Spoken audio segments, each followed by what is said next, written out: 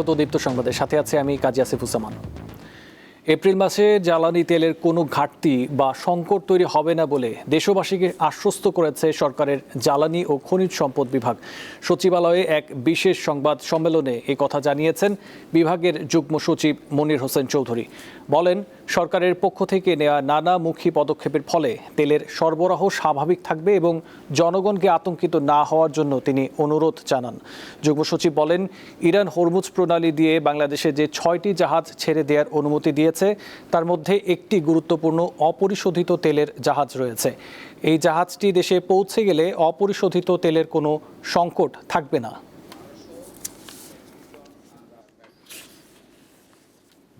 Petrol এবং অকটেনের ক্ষেত্রে আমি আপনাদেরকে বলি যে আপনি যেটা জানতে চেয়েছেন, আমাদের আসলে আমি হিসাব করে দেখেছি যে আমাদের পর্যাপ্ত মজুদ আছে। আমরা আসলে মান্থলি প্ল্যান, বছরের প্ল্যানটা করতাম এবং মান্থলি এগুলো আনার কাজ করতাম। তো এখনও আমরা তাই করছি এবং কোনো সংকট ডিজেলের ক্ষেত্রেও নাই। এপ্রিল মাসটা আমরা পুরোপুরি নিরাপদ আছি।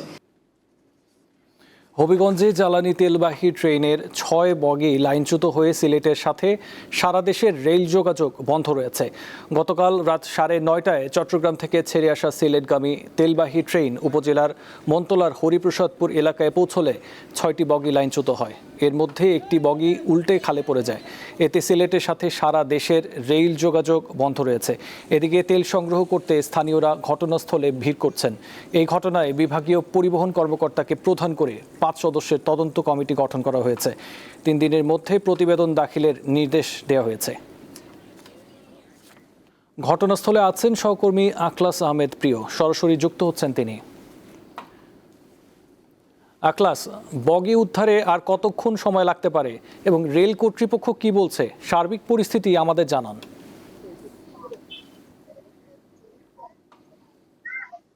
হ্যাঁ আসিফ, আপনি যেমনটা বলছিলেন যে গতকাল রাত 9:30টার দিকে যে হবিগঞ্জের মাধবপুর উপজেলা যে হরিপ্রসাদপুর এলাকা যে মনতলা রেল স্টেশন এলাকায় কিন্তু একটি তেলবাহী ট্রেন লাইনচ্যুত হয়ে যায় এবং সাথে সাথে কিন্তু 6টা বগি কিন্তু লাইনচ্যুত হয়ে পড়ে। এর মধ্যে একটি বগি কিন্তু পার্শ্ববর্তী খাদে পড়ে যায়। এরপর থেকে মধ্যরাতে কিন্তু আখাউড়া থেকে একটি উদ্ধারকারী ট্রেন এখানে ঘটনাস্থলে পৌঁছে তারা কিন্তু এই গতকাল রাতে কিন্তু এখন পর্যন্ত উদ্ধার কাম চালিয়েছেন। আমি যদি আপনাকে একটু দেখাতে চাই যে বিশেষ করে হবিগঞ্জের যে মাধবপুর উপজেলার যে মনতলা রেল স্টেশন এলাকা, এখানে যে বগিগুলো উদ্ধার করা হচ্ছে। এখন পর্যন্ত রেল কর্তৃপক্ষ আমাদের যেমনটা জানিয়েছেন যে 5টি বগি তারা উদ্ধার করেছেন আর একটি বগি উদ্ধারে কিন্তু কাজ চলমান রয়েছে।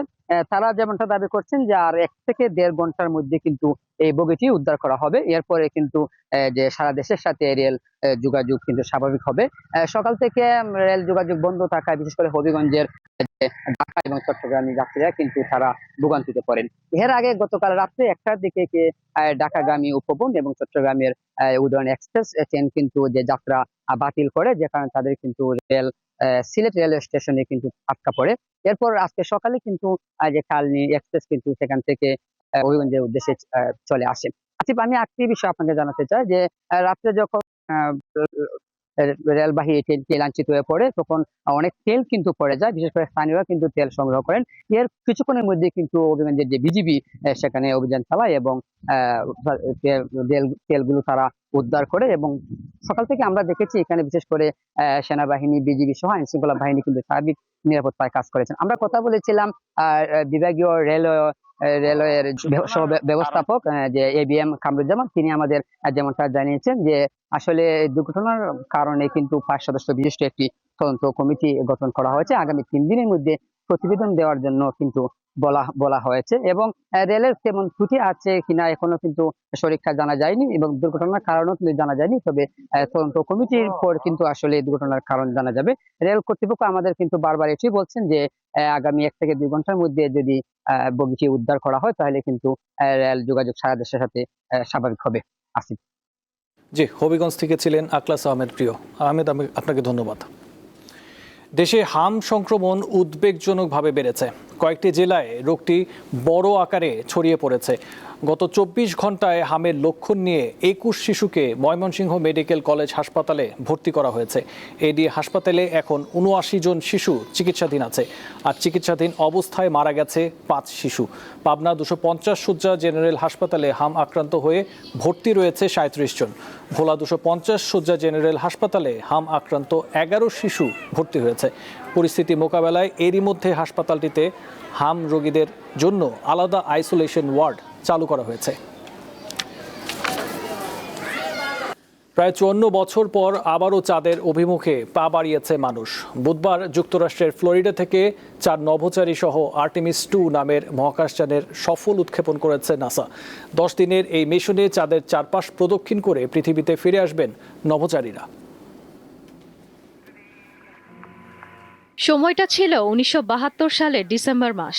যুক্তরাষ্ট্রের মহাকাশ গবেষণা সংস্থা নাসার অ্যাপোলো অভিযানের সর্বশেষ নভোযান অ্যাপোলো 17 নভোচারী সহ চাঁদের বুকে অবতরণ করে। তখন যুক্তরাষ্ট্রের নভোচারী ইউজিন কার্নান চাঁদের বুকে হেঁটে বেড়ানোর সুযোগ পান। প্রায় 54 বছর পর আবারও চাঁদের উদ্দেশ্যে পাড়ি জমালো মানুষ। যুক্তরাষ্ট্রের ফ্লোরিডা থেকে ঐতিহাসিক আর্টেমিস 2 মহাকাশযান সফলভাবে উৎক্ষেপণ করেছে নাসা। যুক্তরাষ্ট্রের স্থানীয় সময় বুধবার ফ্লোরিডার কেনেডি স্পেস সেন্টার থেকে নাসার মহাকাশযান আর্টেমিস 2 এর ওরিয়ন ক্যাপসুলে করে 4 জন নভোচারী যাত্রা শুরু করেন। নাসা জানিয়েছে ক্যাপসুলটি প্রায় 15 ফুট চওড়া ও 9 ফুট উঁচু।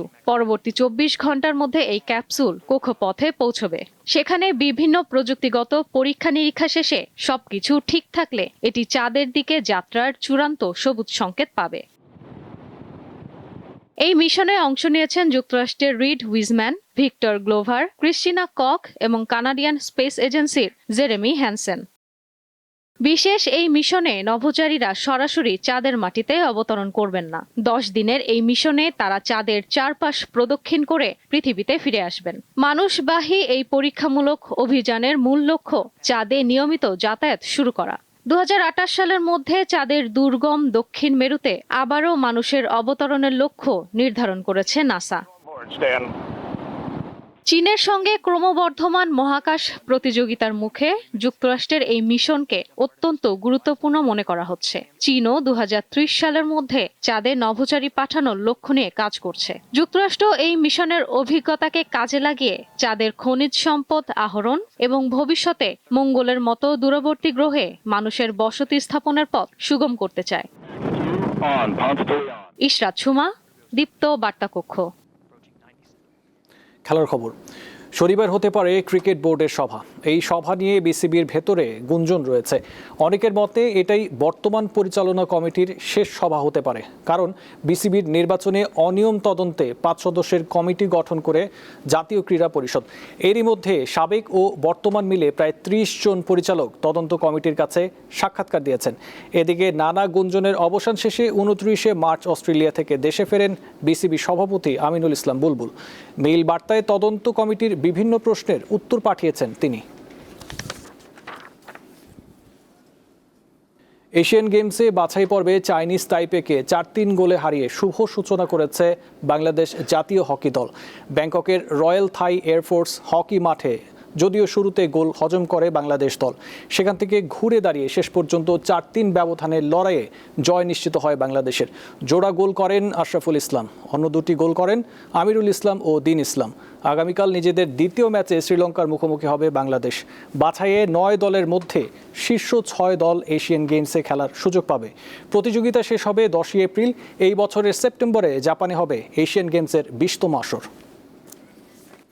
এই ছিল এখনকার মতো। পরবর্তী সংবাদ দেখার আমন্ত্রণ রইল। এছাড়া আরও তথ্য বিনোদনের জন্য চোখ রাখুন দীপ্ত টিভির ডিজিটাল প্ল্যাটফর্মগুলোতে। ধন্যবাদ।